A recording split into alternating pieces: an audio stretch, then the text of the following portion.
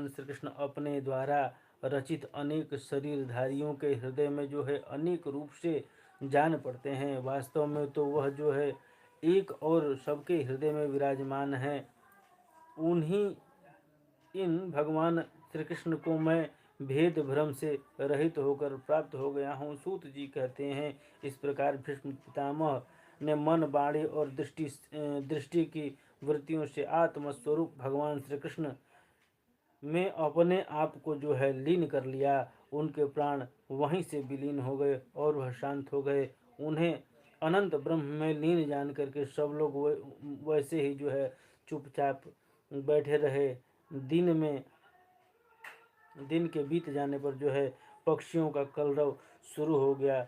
कृष्ण एव भगवती मनोवाग दृष्टिवृत्तिभिः आत्मन्यात्मानमावेश्य सोऽन्तः श्वास उपारमत्।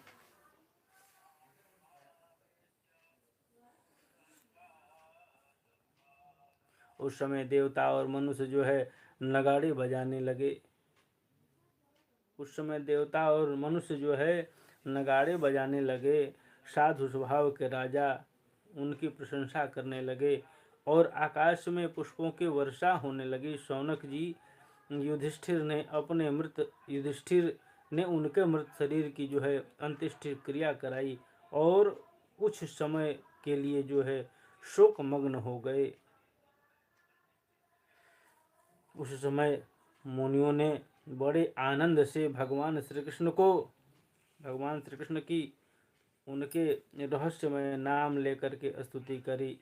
इसके पश्चात अपने हृदयों को श्री कृष्ण मय बना करके वे अपने अपने आश्रमों की ओर लौट गए। तदंतर भगवान श्री कृष्ण ने के साथ जो है युधिष्ठिर हस्तिनापुर चले आए और उन्होंने वहाँ अपने चाचा धृतराष्ट्र और तपस्विनी गांधारी को जो है ढांढस बढ़ाया और फिर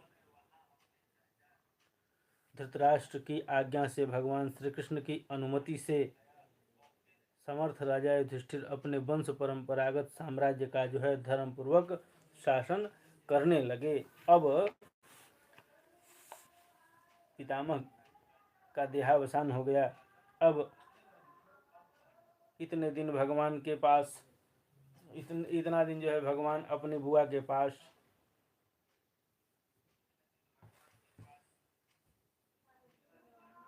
अपने मित्रों के साथ रहे।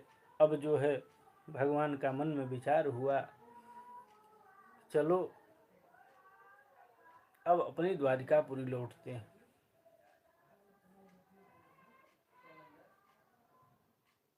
भगवान के द्वारिकागमन के बाद शौनक जी ने पूछा, धार्मिक शिरोमणि महाराज युधिष्ठिर ने अपने पैतृक संपत्ति को हड़प जाने के इच्छुक आतताइयों का नाश करके अपने भाइयों के साथ किस प्रकार से राज्य शासन किया और कौन कौन से काम किए, क्योंकि भोगों में तो उनकी प्रवृत्ति ही नहीं थी। सूत जी ने कहा,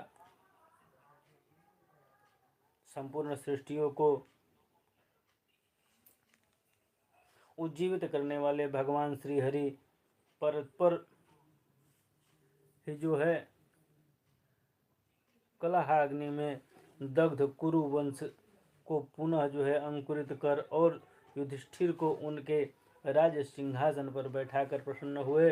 भीष्म पितामह और भगवान श्री कृष्ण के उपदेशों के श्रवण से उनके अंतःकरण में विज्ञान का उदय हुआ।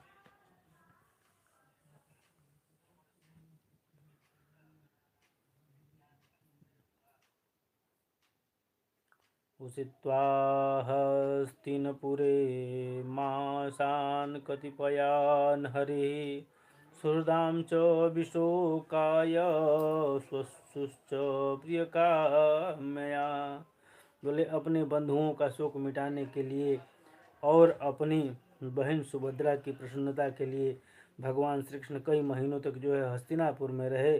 फिर जब उन्होंने राजा युधिष्ठिर से द्वारका जाने की अनुमति मांगी, तब जो है राजा ने उन्हें अपने हृदय से लगाकर स्वीकृति दे दी। भगवान उन्हें प्रणाम करके रथ पर सवार भगवान जो है उनको प्रणाम करके रथ पर सवार हुए। कुछ लोग जो उनके उम्र के थे ने उनको आलिंगित कर लिया। अब उस समय सुभद्रा, द्रौपदी, कुंती, उत्तरा, गंधारी, धृतराष्ट्र, युयुत्सु, कृपाचार्य, नकुल, सहदेव, भीमसेन, सत्यवती इत्यादि लोग जो है मूर्छित से हो गए। भगवान अब जा रहे हैं हस्तिनापुर छोड़ करके द्वारिका की तरफ। सबका चित्त जो है द्रवित हो रहा है। भगवान के प्रस्थान के समय मृदंग, शंख, भेरी जो है बजाई जा रही है।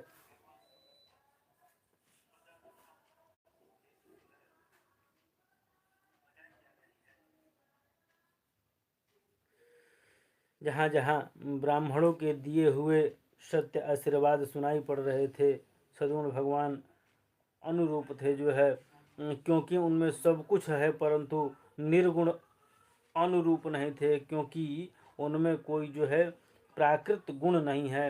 हस्तिनापुर की कुलीन रमणिया जिनका जो है चित्त भगवान श्री कृष्ण में रम गया था, आपस में ऐसे बात कर रही थी जो सबके कान और मन को जो है आकृष्ट कर रहा था।